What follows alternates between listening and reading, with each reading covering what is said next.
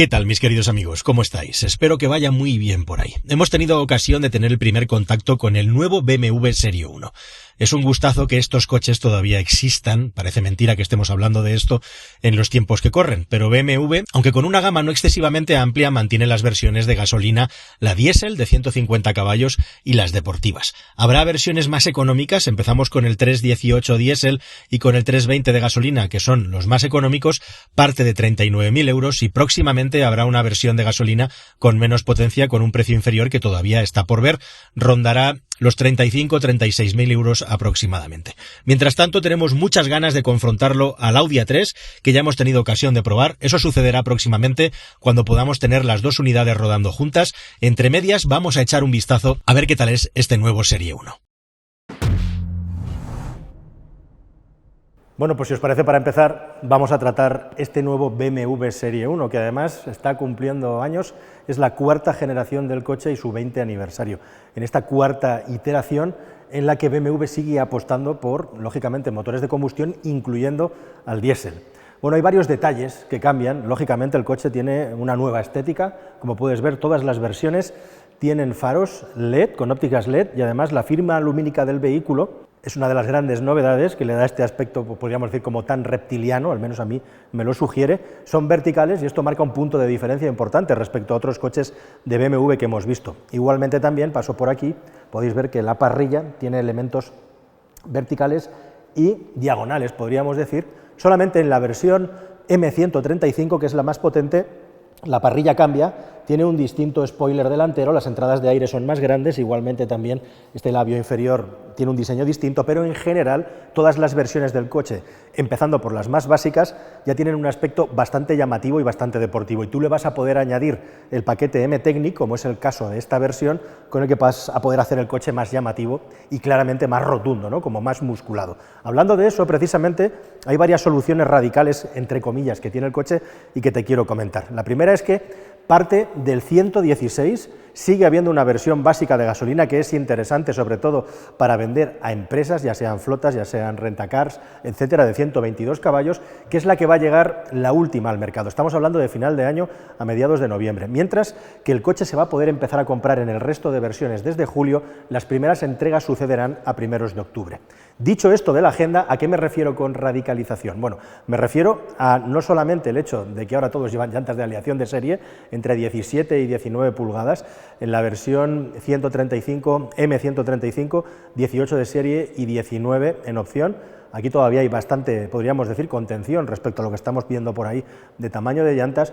Y la otra decisión interesante es que el coche no tiene cambio manual de momento en ninguna de las versiones y probablemente no se le espera. Absolutamente todos los Serie 1 tienen cambio automático de doble embrague y 7 relaciones independientemente de las versiones que compres. ¿Y qué versiones puedes comprar? Bueno, al margen de esta 116, como te digo, el resto de versiones tienen un 120 de 3 cilindros, que llega hasta los 150 caballos de potencia con hibridación ligera. Esta hibridación ligera le permite tener un pico de potencia de 163 caballos y con el sistema de 48 voltios y esas máquinas eléctricas con 20 caballos nominales más o menos hacen que el coche, pues eso, se acerque a los 170 caballos de potencia puntualmente como pico cuando hay batería. Eso sucede también en la versión 120 de diésel, que tiene 150 caballos, pero puede tener más de 160 caballos como pico, precisamente por ese push que le da extra la hibridación ligera, que hace que estas dos versiones, la del 120 de gasolina y la del 120 diésel, tengan la etiqueta Eco. Y luego además hay una versión 118 diésel que sí va a tener el motor de 150 caballos, que va a ser la más frugal en cuanto a consumos.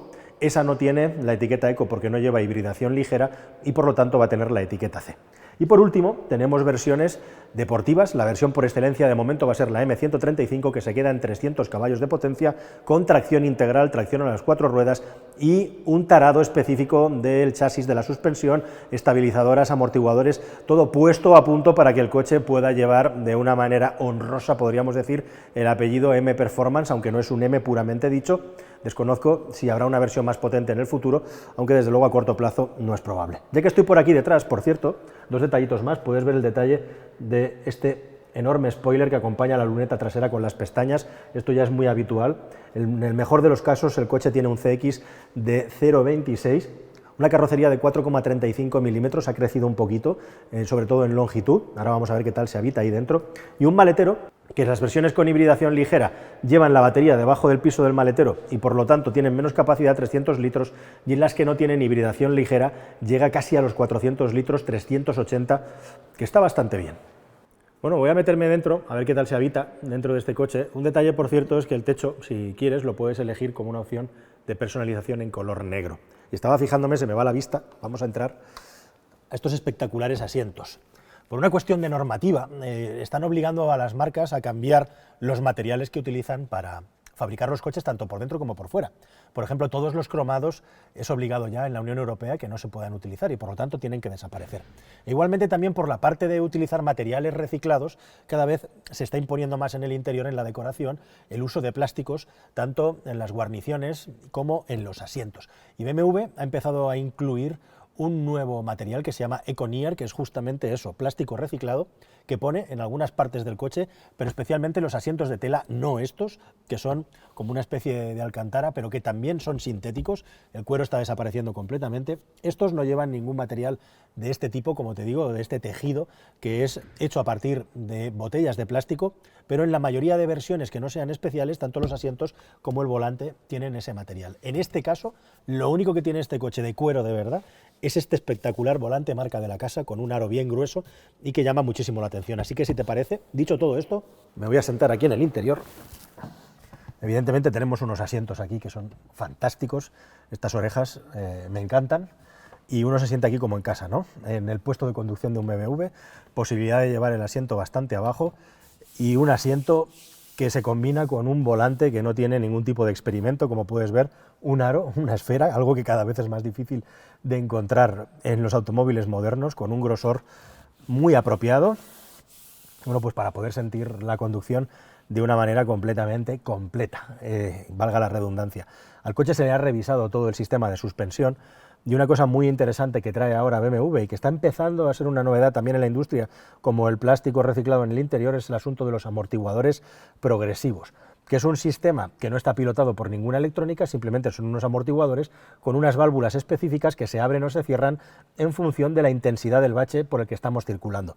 Cuando hay una sacudida fuerte en el pistón del amortiguador, una válvula se puede abrir para dejar pasar el aceite de una manera progresiva, de manera que el recorrido ablanda, por decirlo de alguna manera. Esa sería, resumiendo mucho, la sensación que tienes dentro del coche, mientras que el coche no pierde firmeza cuando el asfalto es bueno para intentar contener el balanceo. Eso lo tienen también todos los BMWs, además de, como os estaba contando, muy interesante, ya de serie solamente una caja automática de 7 relaciones con este nuevo diseño, que cae bastante abajo y que la verdad, bueno, pues que no interfiere con toda esta zona de aire que tenemos aquí.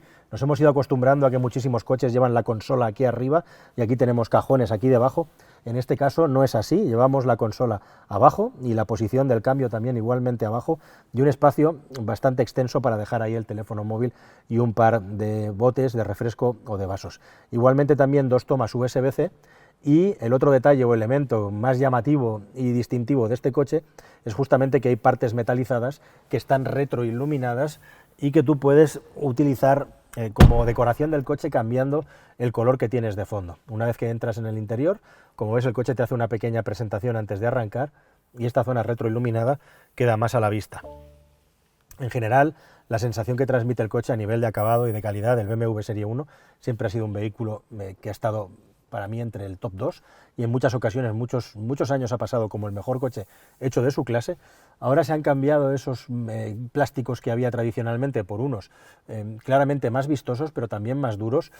Habría que tener el día a día del coche pues para comprobar efectivamente qué tal envejece esto y cómo son en la práctica, que no tengan ningún tipo de desajuste, pero el coche parece bastante bien hecho, aunque quizá la calidad de los materiales se me antoja un poco más pobre que en otros vehículos, aunque BMW siempre ha sido muy discreta al respecto. Bueno, ya veis que el tamaño de la guantera, en relación al tamaño de toda esta superficie del acompañante, es bastante grande, y me llaman mucho la atención estas salidas de aireación, que entre el cambio de color, el contraste con el color y el toque retroiluminado, voy a abrir la puerta a ver si conseguimos ahora el coche, lógicamente se protege y hace que la batería no se agote. Ahora lo acabo de encender para que puedas ver pues cómo hace la bienvenida en lo que se refiere a la decoración visual. Y lo siguiente que me queda por comentarte aquí delante, por supuesto, es ya esta pantalla doble, este display corrido con dos pantallas de algo más de 10 pulgadas, que son las que marcan pues todo el manejo del coche, toda la configuración del vehículo. Es muy importante tener en cuenta que BMW en esta versión tiene el sistema operativo de BMW de cuarta generación, el 4.0, que corre sobre Android, pero no tiene Android Automotive, es decir, el sistema operativo de BMW y lo que ha desarrollado BMW tiene como base el Android Automotive, pero no es el caso. En este caso estamos hablando de un sistema operativo propio que, como digo, por debajo tiene esa base de software. Bueno, la visibilidad de la pantalla de los sistemas me parece apropiada, me parece correcta, y vamos a echar un vistacillo, vamos a troquetear un poco a ver qué tal funciona. Bueno, como puedes ver, no es la pantalla más grande del mercado. En este nivel de automóvil tener una pantalla de este tamaño es normal, pero ya hay vehículos por ahí, por ejemplo un Cupra Formentor, que van con un pantallón de 15 pulgadas. En fin, esto no hay quien lo frene, no hay quien lo pare, ¿no? Como la iluminación en el interior, como es el caso de este coche. El sistema operativo y el sistema multimedia responde muy bien.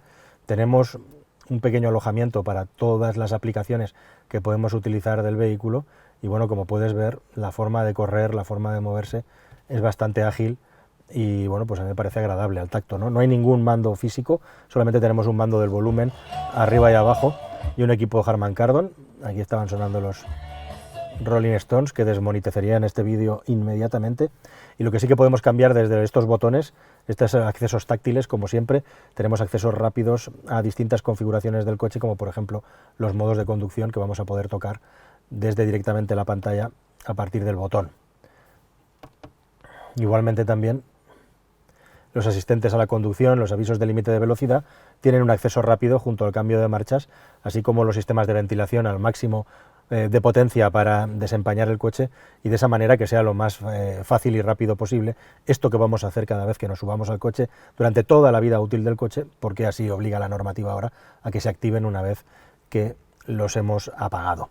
Bueno, y como digo, en general, un tacto y un aspecto muy agradable en esta parte. Me queda solamente revisar las plazas traseras, a ver qué tal se sienta uno ahí, para lo que me voy a poner el asiento en mi posición de conducción, como siempre. Aquí andaría yo más o menos con esta posición. Así que si os parece, vamos a echar un vistazo ahí detrás y a ver qué tal se va como pasajero en este Serie 1. Bueno, pues vamos a ver qué tal se sienta uno detrás. Como puedes ver, la puerta trasera abre casi 90 grados y el hueco que queda para entrar en el coche no es especialmente grande, el espacio que hay aquí, así que la puerta abra un poquito más de lo normal es interesante. Desde luego no tiene nada que ver con aquellos primeros Series 1, pero al menos con esta configuración de carrocería sí que hay que agacharse un poquito más de lo normal. Y bueno, la verdad es que muy buen espacio en las plazas traseras. Me ha sorprendido, el asiento está colocado tal cual yo me lo pongo para conducir, un poquito por debajo del 1,80 m, y para una persona, desde luego, de 1,80 m, 1,85 m delante, va a tener una persona del mismo tamaño detrás que se va a poder sentar sin que le estén golpeando las rodillas en los asientos. BMW ha colocado unos raíles sobreelevados en la parte de los asientos delanteros, con lo cual podemos meter efectivamente los pies por debajo, que es un desahogo que no está nada mal para poder estirar un poco las piernas, un poco más, y ganar unos centímetros de espacio. Y seguramente la cota, bueno, pues una anchura normal con una cota de altura que quizás sea la que menos holgada es en este coche, y personas de más de 1,80 m y poco ya van a estar acercándose al techo. Ahí es donde está un poco el límite del techo, en el 1,85 m aproximadamente, para ocupar en estas plazas traseras. Dos salidas de aireación igualmente, con 2 tomas USB-C, en total el vehículo tiene 4 tomas USB-C, y una plaza central atrás, que es prácticamente testimonial, con un brazo que voy a desarmar a ver si nos llevamos alguna sorpresa, porque básicamente tiene 2 portavasos y ya está. Evidentemente, estos modelos cargados de tecnología, aumentado el tamaño, tienen ahora mucho menos predicamento por los vehículos SUV y por el precio. Aún así, los compactos de las marcas premium siguen teniendo buena acogida en determinados mercados y en el nuestro, aunque se ven menos, han llegado a un nivel de refinamiento y de calidad muy alto. ¿A ti qué te parece el nuevo Serie 1? Nos vemos próximamente en el que intentaremos comparar esta máquina con sus competidores premium alemanes. Hasta el siguiente, adiós.